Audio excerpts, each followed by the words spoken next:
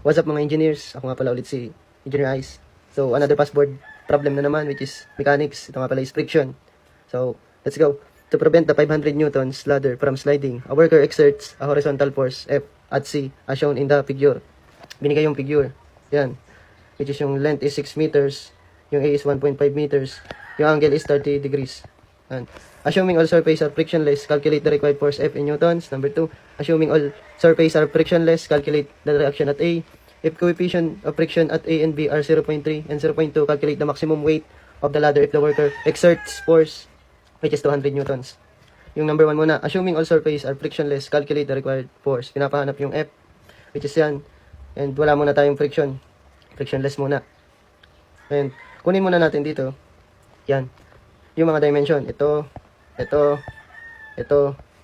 Magagamit natin yan later. So gumawa muna ako dito ng point O, which is kung saan nag-mimit yung dalawang forces. Magagamit natin yan mamaya. Which is yung 8 nga pala is 500 newton. Na-mention kanina. So dyan yan sa gitna. As a point load yan. So gitna yan. Yung ating ladder. Sinabi yan dyan. And meron tayong horizontal force, which is F. Yan yung pinapahanap. So let's start sa 1. Paano nga pala natin ito nakuha? Pwede tayong gumamit yan ng SOHCAHTOA. Yan. Which is ito yung hypotenuse. Hanapin natin yung adjacent. Tapos given yung 30 degrees. Dali yan. Kung SOHCAHTOA, edi ka. Tapos given yung adjacent. Hinahanap natin yung adjacent. Ito. Yung hypotenuse is given.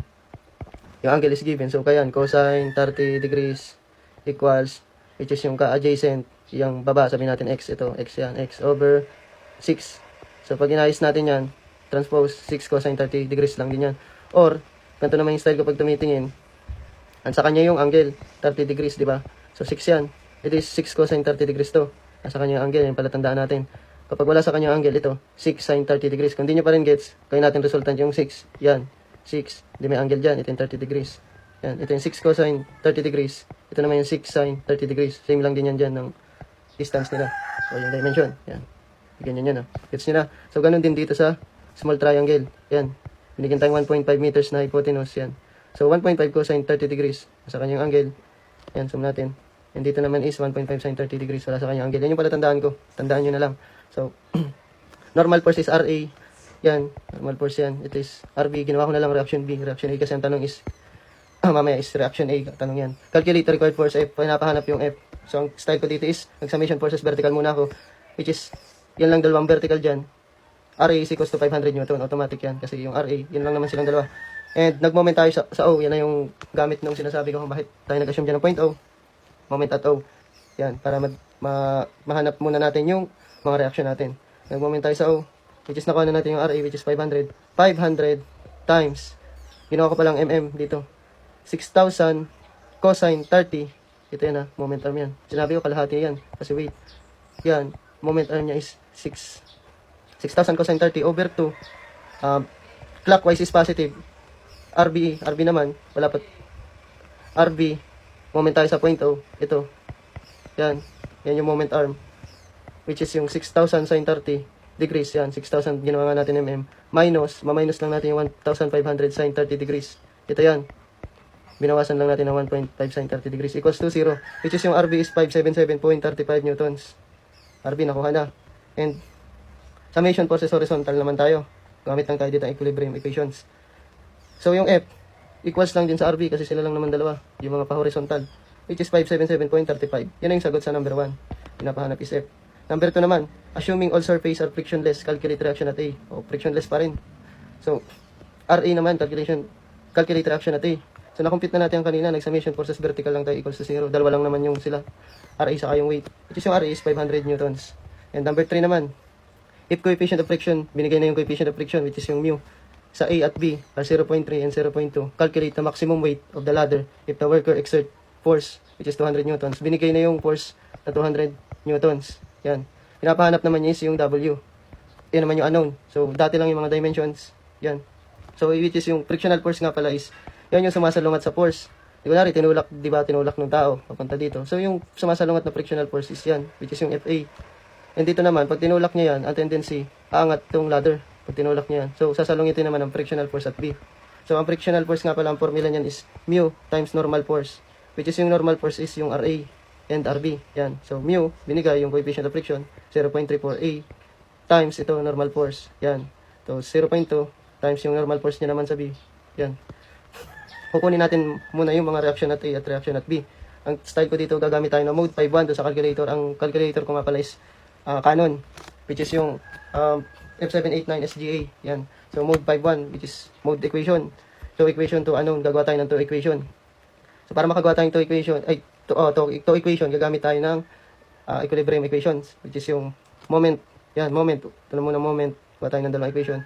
Yung first equation natin is, magmo-moment tayo dito sa O. Yan, which is yung RA. Yung RA is unknown, kasi ano na yung W. Hanapin natin yung W. RA, positive ang clockwise. Yung moment arm niya is kalahati ulit, 6,000 cosine 30 over 2. Plus, ano pa ba yung mga clockwise na ito? FA, which is 0.3 RA yung FA, frictional force. 0.3 RA, yung moment arm niya is 1,500 sin 30 minus, yung RB naman is counter clockwise. Yan, ito yung moment arm niya. 6,000 sin 30 buo. Buwasan natin itong 1.5 sin 30. Yan. And plus, which is clockwise yung direction. Itong FB, which is 0.2 RB.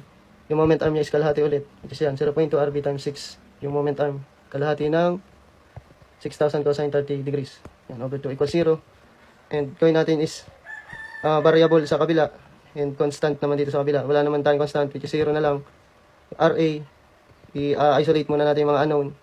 Yung RA and RB. So, ang ginawa ko dito is 6,000 cosine 30 over 2 plus 0.3 times 1,500 sin 30. Yan yung sagot. RA to A23 minus, ganun din ang gagawin natin dito. Ito, plus 0.2 times to. And RB is 1,730 equals to 0. So, summation forces, meron na tayo dito equation 1. Equation 1 yan. So, summation forces horizontal naman, which is 0.3 RA horizontal. Dalawa lang naman itong 0.3 RA and RB. Minus RB, tatlo pala. Ito pang force na given.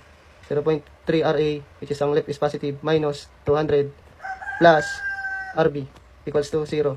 So, ayusin natin ulit. Variable sa kabila, constant sa kabila, which is 0.3 RA plus RB. Transposition, magiging plus o positive equals to 200. Yan na, may equation 2 na tayo. So, mode 5.1 tayo. To equation 2 unknown, ganito yung lalabas sa calculate nyo.